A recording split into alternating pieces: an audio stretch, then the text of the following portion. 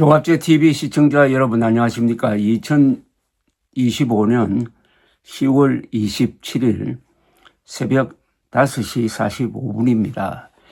이준석 개혁신당 대표가 어제 자신의 페이스북을 통해서 조원철 법제처장의 사퇴를 공식적으로 요구를 했습니다. 이런 논리입니다. 조원철 법제처장은 즉시 사퇴해야 합니다. 그리고 이재명 대통령께서는 국민의 세금으로 월급을 받는 공직에 더 이상 자신의 가별초 변호사들을 임명하지 않기를 바랍니다. 가별초라는 이 용어는 고려시대에 권세가 센 가문에서 운영했던 일종의 사병제도입니다. 그러니까 자신의 사적인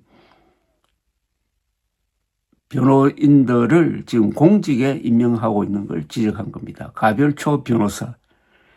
법제처장은 정부의 행정, 입법에 대한 법률 자문을 수행하는 기관일 뿐이며 대통령 개인의 범죄 혐의에 대해 어떠한 조치를 취할 권한도 없습니다. 오지랖이며 월권입니다. 이재명 대통령은 이미 사실상 유죄가 확정된 상황입니다. 공직선거법 재판에서 유죄 취지의 파기환송이 이루어졌으며 파기환송심은 대법원의 지적사항에 따라 진행되어야 하는 재판입니다. 당연히 파기환송을 결정한 대법원은 그들이 제시한 방향대로 사건이 다시 유죄로 올라올 경우 유죄를 확정할 가능성이 매우 높습니다. 그래서 이재명 대통령과 더불어민주당이 수단과 방법을 가리지 않고 조희대 대법원장을 공격하며 끌어내리려는 이유는 명확합니다. 이미 별 4개를 단 정과대장 이재명 대통령이 5번째 별, 즉 명예계급인 원수로 진급하는 것을 막는 유일한 방법은 이미 명확한 판단을 내린 대법관들을 몰아내고 자신들에게 우호적인 새로운 대법관들을 대거 임명하는 것이기 때문입니다.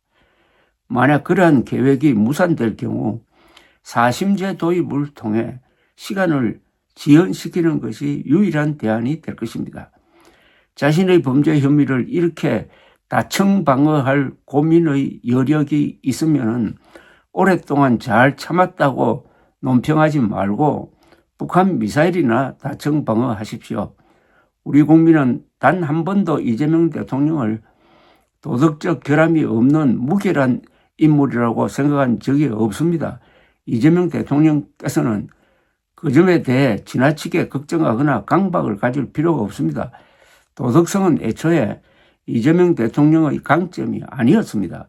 그럼에도 불구하고 대통령에 당선되신 것은 다른 요인들이 작용했기 때문입니다. 이제 대통령께서 목표로 하셔야 할 것은 다음과 같은 평가입니다.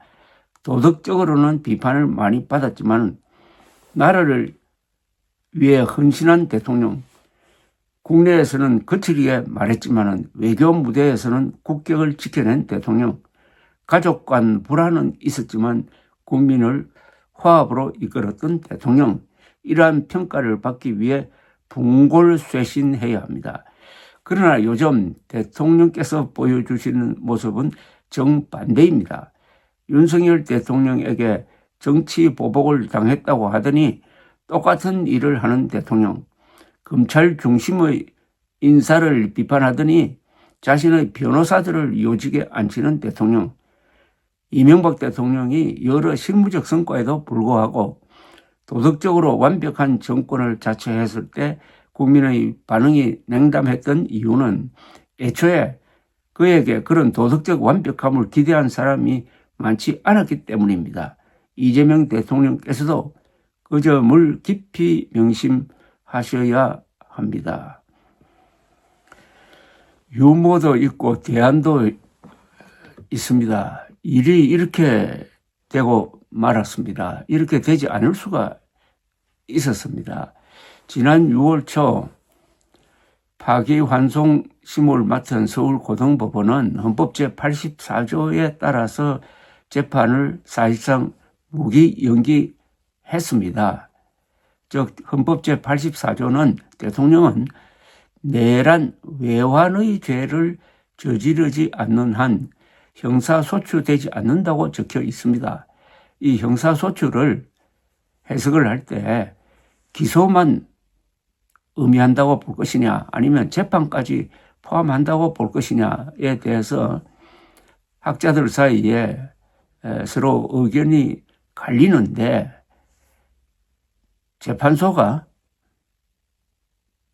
이것은 재판까지 포함된다고 판단한 것처럼 연기를 한 겁니다. 그렇다면은 이재명 대통령과 민주당 정권은 그걸 받아들여 가지고 다른 재판도 중지되는 것으로 본다 하는 입장을 견지하고 다른 국정에 전념했어야 되는데 이게 그렇게 불안했던지 조희대 대법원장을 몰아내는데 국정의 제1우선순위를 둠으로써 이제는 국민들도 사법개혁하지만은 이것의 목표는 이재명 대통령 한 사람 사법 리스크 없애주기 위해서 사법부를 뒤흔들고 있고 상권 분립을 지금 위협하고 있다. 이렇게 보게 된 것입니다.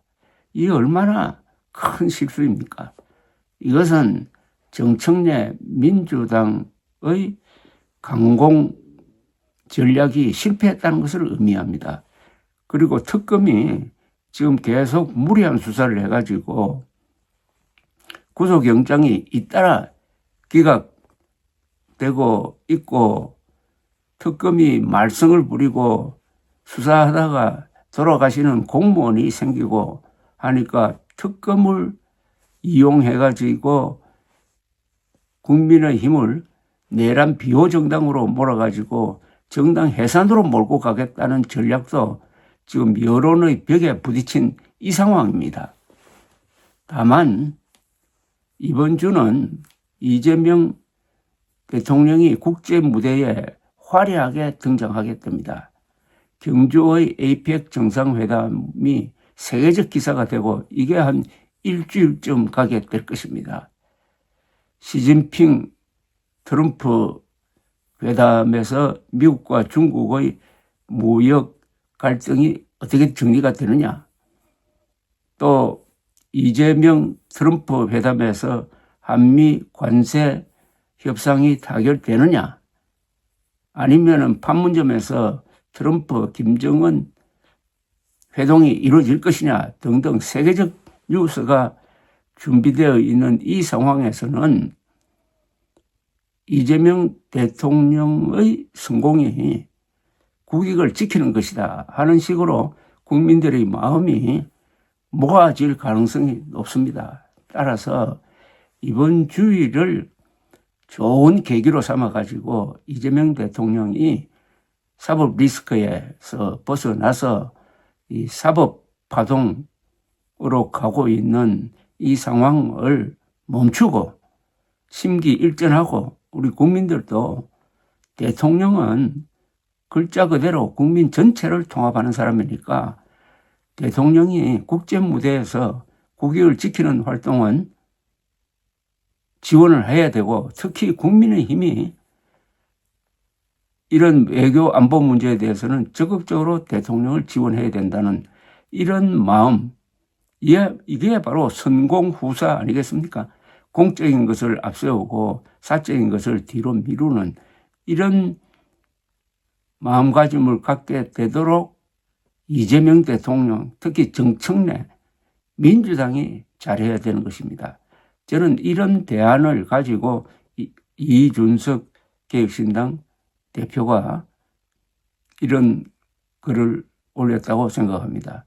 조원철 법제처장이 이재명 대통령이 관련된 사건은 전부 무죄라고 생각한다라는 그런 이야기를 왜 합니까? 법제처장은 그런 질문이 들어오면은 그것은 법제처장으로서 발언할 수 있는 영역을 넘는 것이다라고 입을 다물었어야죠. 무슨 충성 경쟁하려고 하다가 이렇게 물러나라는 공격을 받고 있지 않습니까? 감사합니다.